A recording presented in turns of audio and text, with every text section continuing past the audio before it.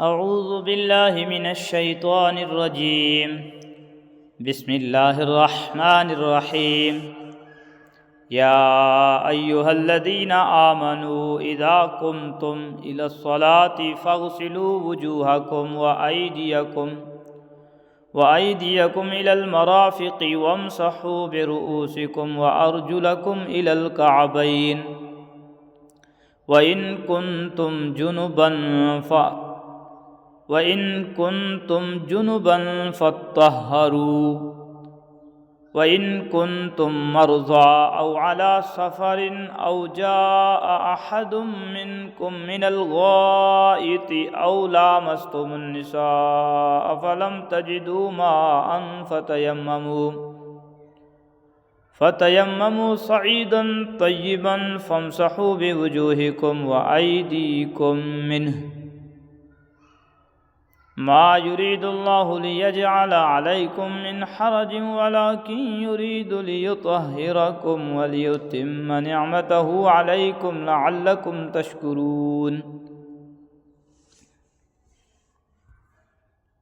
اے ایمان والو، جب تم نماز کے لیے اٹھو تو اپنے چہرے اور کونیوں تک اپنے ہاتھ دھو لو اور اپنے سروں کا مسح کرو اور اپنے پاؤں بھی ٹخنوں تک دھو لیا کرو، اور اگر تم جنابت کی حالت میں ہو تو سارے جسم کو غسل کے ذریعے خوب اچھی طرح پاک کرو، اور اگر تم بیمار ہو یا سفر پر ہو یا تم میں سے کوئی قضائے حاجت کر کے آیا ہو یا تم نے عورتوں سے جسمانی ملاپ کیا ہو اور تمہیں پانی نہ ملے تو پاک مٹی سے تیمم کرو اور اپنے چہروں اور ہاتھوں کا اس مٹی سے مسح کرو.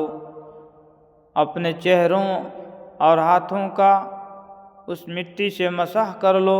اللہ تم پر کوئی تنگی مسلط کرنا نہیں چاہتا، لیکن یہ چاہتا ہے کہ تم کو پاک صاف کرے اور یہ کہ تم پر اپنی نعمت تمام کر دے تاکہ تم شکر گزار بنو. قضاء حاجت کی جگہ سے آنا در حقیقت اس چھوٹی ناپاکی کی طرف اشارہ ہے جس میں انسان پر نماز وغیرہ پڑھنے کے لیے صرف وضو واجب ہوتا ہے، اور عورتوں سے ملاپ اس بڑی ناپاکی کی طرف اشارہ ہے جس کو جنابت کہتے ہیں اور جس میں غسل واجب ہوتا ہے. بتانا یہ مقصود ہے کہ جب پانی میسر نہ ہو یا بیماری وغیرہ کی وجہ سے اس کا استعمال ممکن نہ ہو تو ناپاکی چاہے چھوٹی ہو یا بڑی، دونوں صورتوں میں تیمم کی اجازت ہے اور دونوں صورتوں میں اس کا طریقہ ایک ہی ہے. وَاذْكُرُوا نِعْمَةَ اللَّهِ عَلَيْكُمْ وَمِيثَاقَهُ الَّذِي وَاثَقَكُمْ بِهِ إِذْ قُلْتُمْ سَمِعْنَا وَأَطَعْنَا وَاتَّقُوا اللَّهَ إِنَّ اللَّهَ عَلِيمٌ بِذَاتِ الصُّدُورِ. اللہ نے تم پر جو انعام فرمایا ہے اسے اور اس عہد کو یاد رکھو جو اس نے تم سے لیا تھا جب تم نے کہا تھا کہ ہم نے اللہ کے احکام کو اچھی طرح سن لیا ہے اور اطاعت قبول کر لی ہے، اور اللہ سے ڈرتے رہو.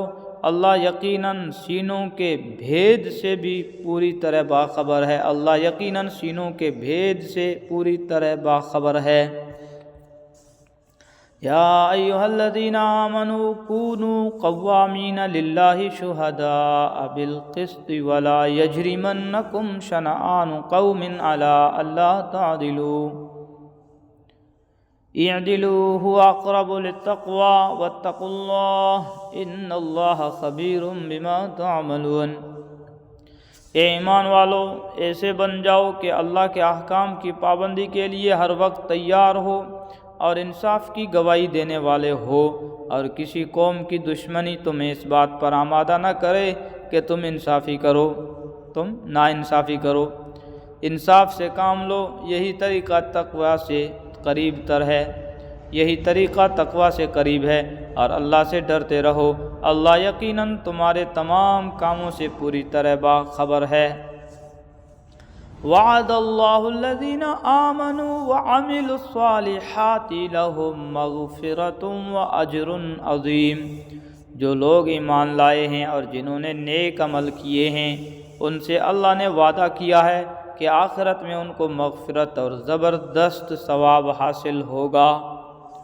والذین کفروا وکذبوا بآیاتنا اولئک اصحاب الجحیم، اور جن لوگوں نے کفر اپنایا اور ہماری نشانیوں کو جھٹلایا، اور جن لوگوں نے کفر اپنایا اور ہماری نشانیوں کو جھٹلایا وہ دوزخ کے باسی ہیں۔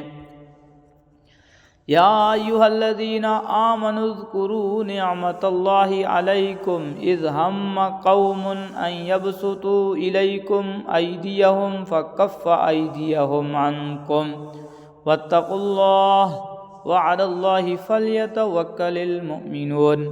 اے ایمان والو، اللہ نے تم پر جو انعام فرمایا اس کو یاد کرو، جب کچھ لوگوں نے ارادہ کیا تھا کہ تم پر دست درازی